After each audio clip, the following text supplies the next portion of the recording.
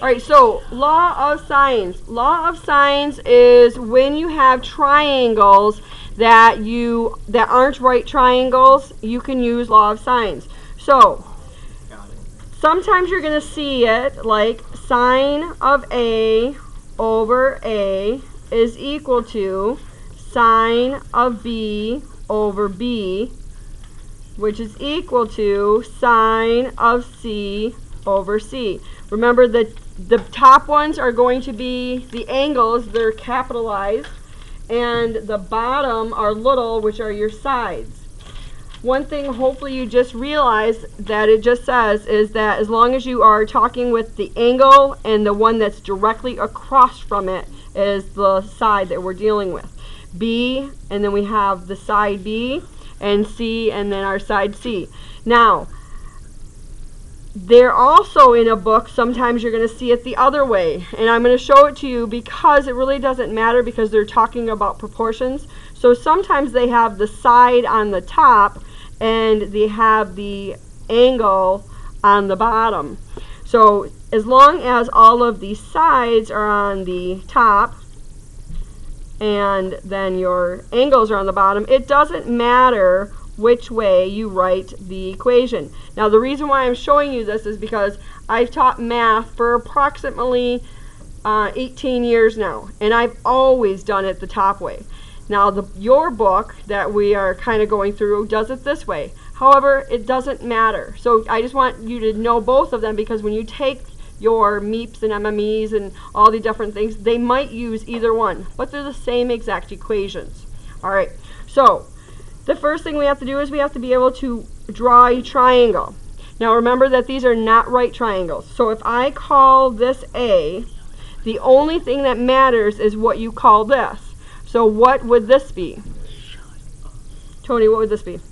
That'd be B. No. A. It would be little a. If I called this B, is right. The thing across from is a little b. My bad. And so the only thing left is C. Across from C is the little c. It doesn't matter which one you call A, which one you call B, or which one you call C. All that it matters is that across from it is the little of the, so little b, little c, little a.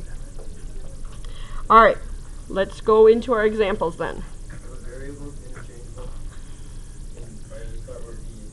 Yes, A, B, and C can always switch. The only thing that matters is that the angle you're working with is the one across from it has to be the one you're talking about. These two have to go together. It doesn't matter what you call it. Okay. And Dylan, can you take your glasses off? Because I can't tell if you're awake or sleeping. And I know that's the point. Example 1. Alright. Given angle ABC is equal to 115 degrees, that's a 5, sorry. And angle BCA is 42 degrees. Little c is 4.3. We are going to find little b. Is that alligator mouth the line through it? Angle? This is angle. Yep, that is right. Who calls it alligator? All right. So the first thing, once you get to this, you have to, the first thing is draw your triangle, set it up, see what we have. All right. So draw your triangle. It doesn't matter where you start, where you put A, B, or C. That doesn't matter. But just do it. And just so we're all together, we're going to call this A, this B down there, and that C. It doesn't matter, but just label it.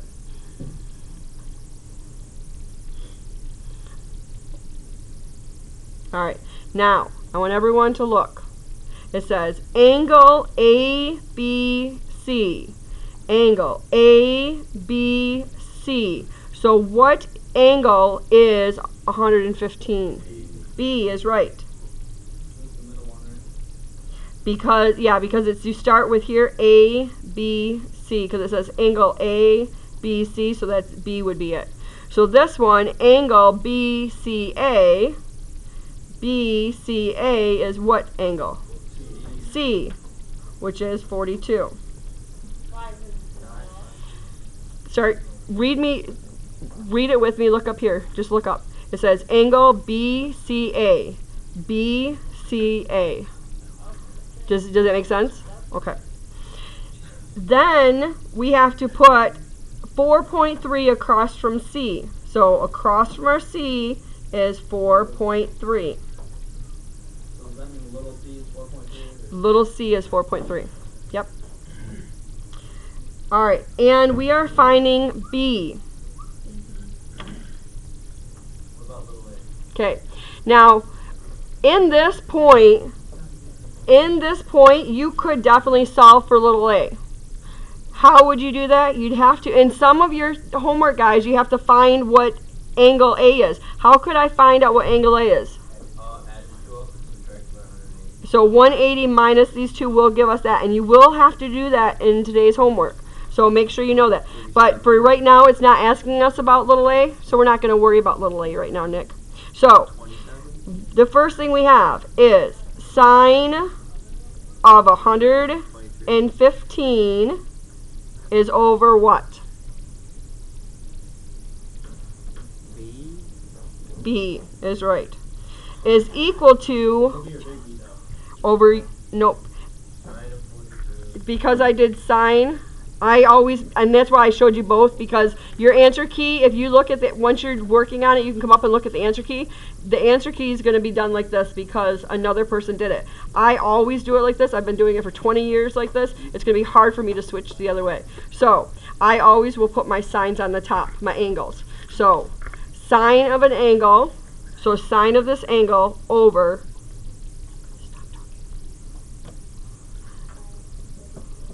so sine of 115 over my side. Why do you put it? Because this says, You're trying to find under it. It doesn't matter. you're always, you have to have, to be able to use this formula, you have to have two angles and one side of its sides, or two sides and its one of its angles. So we have four things that we have. We want B, so that means we have to use this angle, and we are given these two, so we have to use those. So how would I set up my other equation? So it's sine of the angle, so sine of 42 over, of what? Yes, so what would be 4.3. Give a second, Nick. Nick, give a second to people. Let people think. So once you have this set up, we have to cross multiply. The easiest way to use law of sines, second step, easiest way to solve for this is cross multiply, second step. So let's cross multiply. So B, on this side we have 4.3 sine of 115. All I'm doing is taking this number, multiplying it to that. On the other side, that equals B times sine of 42.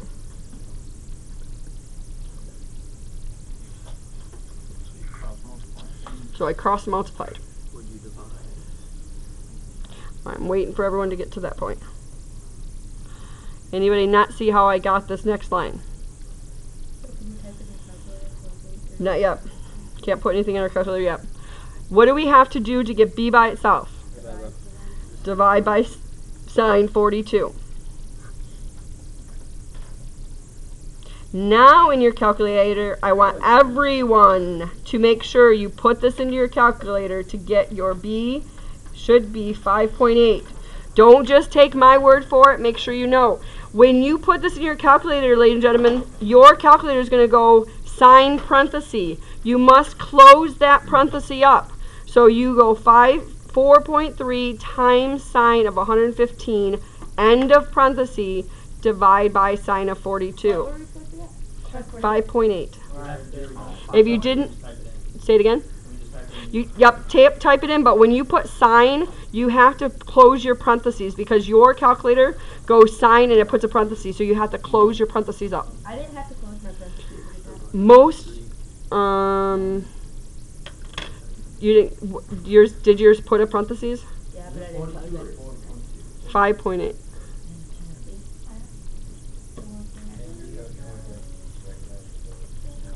Yeah, Four by point- doing that, I got negative 4. 4.3 sine 11.5 divided by sine 42. Yeah, 5.8. What mode are we supposed to use? Degree. All right, example 2. We have a triangle, and we have A, B, C. Little c is 100. Angle B is 84.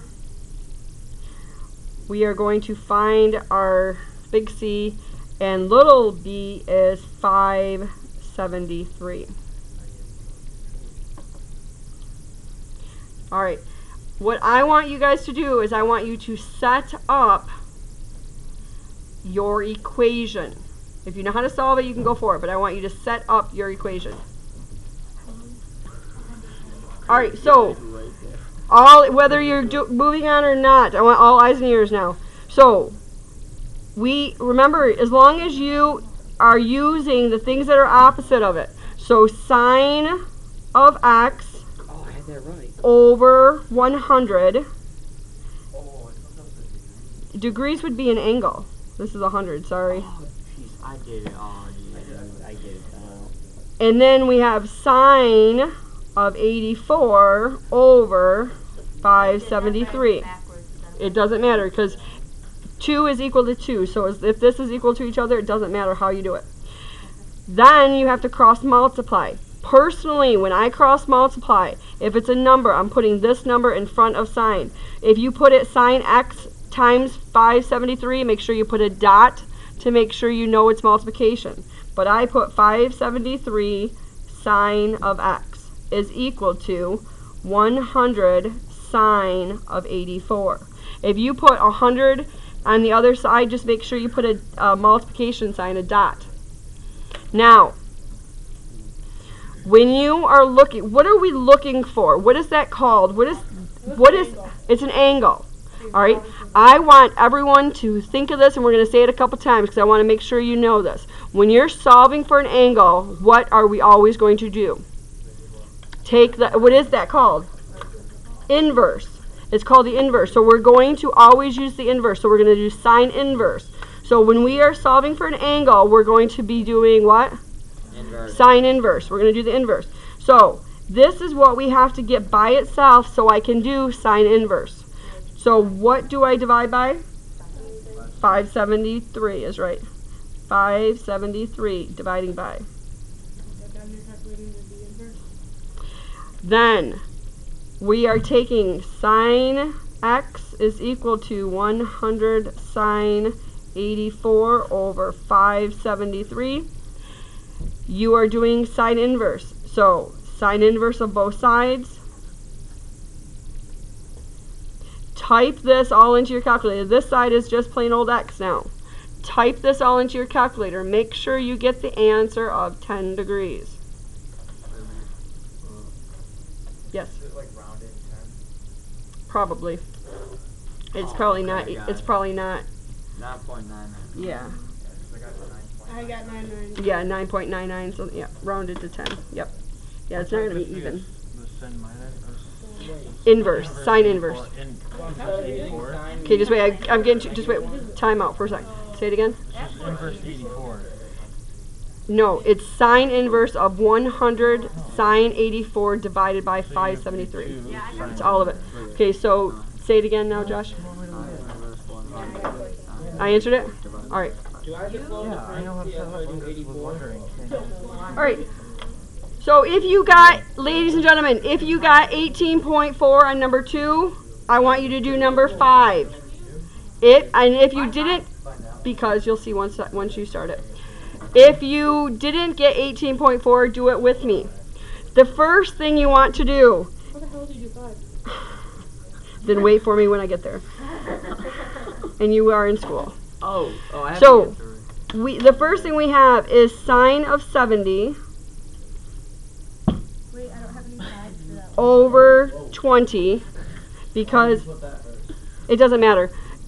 It is, did you put Times 60 over A first. sine of 60 over A? Just think of this being a 2, Lincoln, for a second.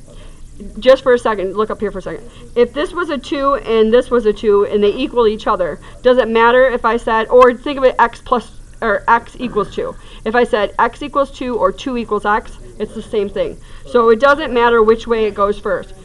Question about just this. It's really quick. Yeah. For like number 6, does the X go in front or after the sign? It goes Wait, which number on 6. number 6 you're solving for this one? Yeah, you're solving So for A, it would be so sine, it would be sine x. Yeah. It's always sine angle. It would never be anything before sign unless you multiply it, Right. right? So then you cross multiply. So you have a sine 70 is equal to 20 sine 60.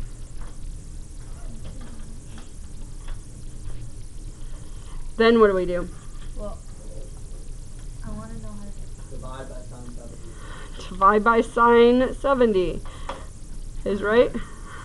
Are you that hand? Yes, I am. Because the other way would be worse. So, then you would put this into your calculator, and hopefully you guys now will get 18.4. I'm going to. That's where I'm going next. Oh wait, no, I think I might know how to do that. Okay. Any questions on number 2? All right. Number 5. We want to find x, but we need this angle right here. Wait, can I ask you a question? Oh, You can answer my question once I ask it. How can I find this angle? Add all, add two angles and subtract 180. That's right. So I'm going to go 180 minus my 38 minus 21, which is 121. Or, yeah, 121. Yep. Then you have to set it up. So I have sine of 121 over x is equal to sine 38 over 18.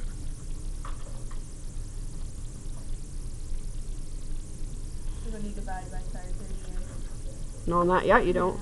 So what's your second step always? Cross multiply. So I already did that part. Sine of 121, and I forgot my 18, is equal to x sine of 38. Then I would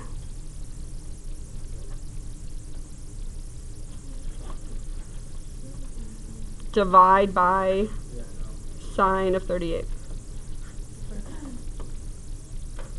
And x you should get is 25. Wait, how do you know it's divide by? Whatever, Whatever you're looking for, like you gotta say, leave it alone. yep. So see how x, look up here for a second. See how x is here? We want x by itself, so that's why we have to divide by here. We have to divide by sine 38. If we had, on example 2, I believe, no, example 2, if we have sine of x right here, we would divide by the number in front because we want to get this by itself. So you're either getting x by itself or sine x by itself. So if you're solving for an angle, you're getting sine x by itself. If you are solving for a side, you're getting x by itself. Okay? Others, yes. For number 6, like when you plug it in, like there, you get the sine minus 1, and then you get divided by, or Sine inverse of 12, is that what you did have? Sine inverse of 12 sine 60 divided by 30. and then end of parentheses. You probably will have to end parentheses twice. I can come look at it. All right. I want you guys to keep working on it. At any time, if you want to see how you're doing, come up here and look at the answer key. Keep checking your work because I want to make sure you guys are doing it right. What is it? Um,